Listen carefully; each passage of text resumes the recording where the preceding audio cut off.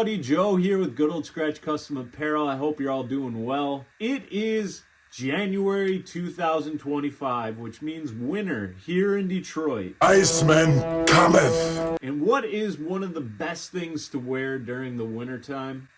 That's right, a hoodie. So that's what we're going to do today. I had a customer reach out to get 2 custom hoodies made. And I'm really excited about this project because it's going to really showcase the power of the DTF. I'm going to go fire up the Prestige R2 Pro and the Miro 13 Max Powder Shaker. So join me for this one.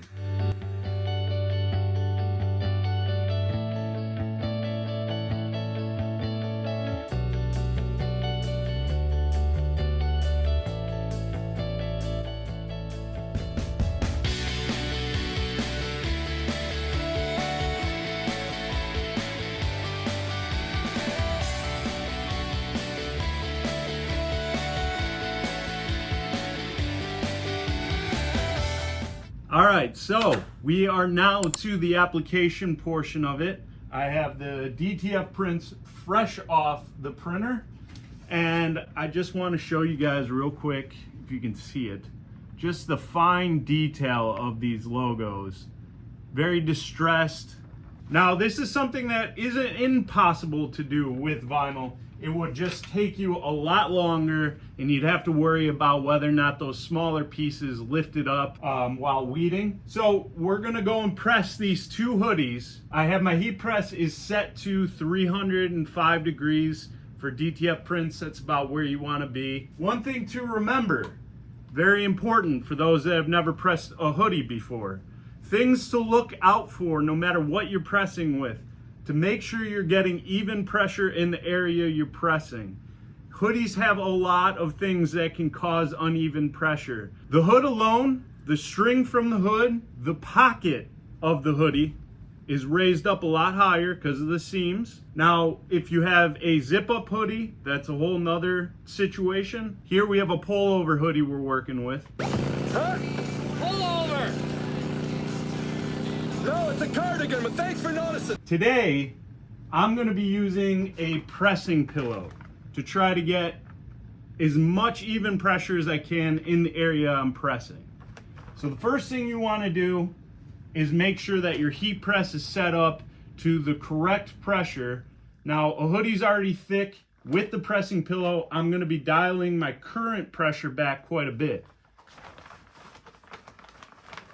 When you're working with a clamshell heat press, it might be a little difficult to try to get the hood off of the platen, but you want to do that the best you can. As much of the hoodie that isn't going to be pressed, if you can get that off of the platen, that's for the best. If you have a swing away, you can set it up a little bit nicer. And obviously, if you have a heat press that can indicate the level of pressure, that's where you're going to be able to get a readout. But I'm going to just test this with the pressing pillow inside the hoodie. Everything is off as best as it can, but I have a little bit of that pocket there. Now my pressure is really high, so I'm going to dial this back. All right. Okay. So that's about the pressure I want to be at. So I've already preheat my area. Make sure you preheat this for a couple seconds. I'm going to lay my transfer out. You're going to eyeball the lineup. If you have other tools to get your lineup, that's great. I just use the pocket to find the center. I use the top of the hood to find the center. Now we're going to press this for 10 seconds.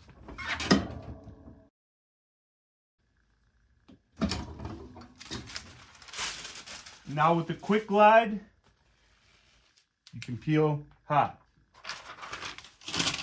Now I'm going to go back and press this for another 10 seconds.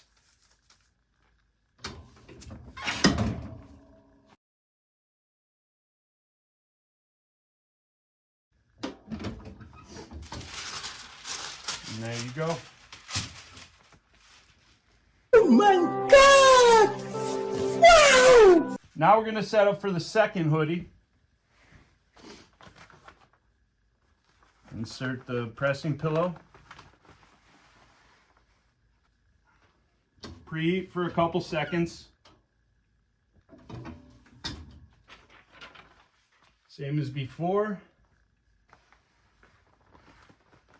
adjust the pressing pillow because the width is a little bit bigger. That's what she said. Right. Press for 10 seconds.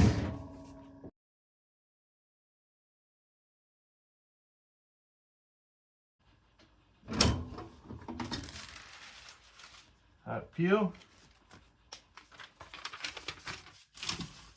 We're going to go back and press for another 10 seconds.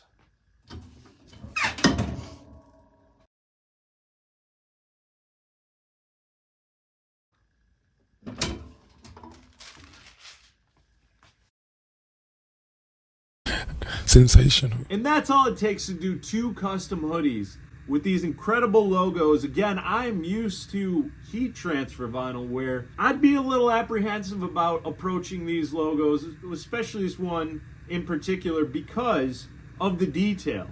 Now, I've said it in the video, I wouldn't say heat transfer vinyl can't do this.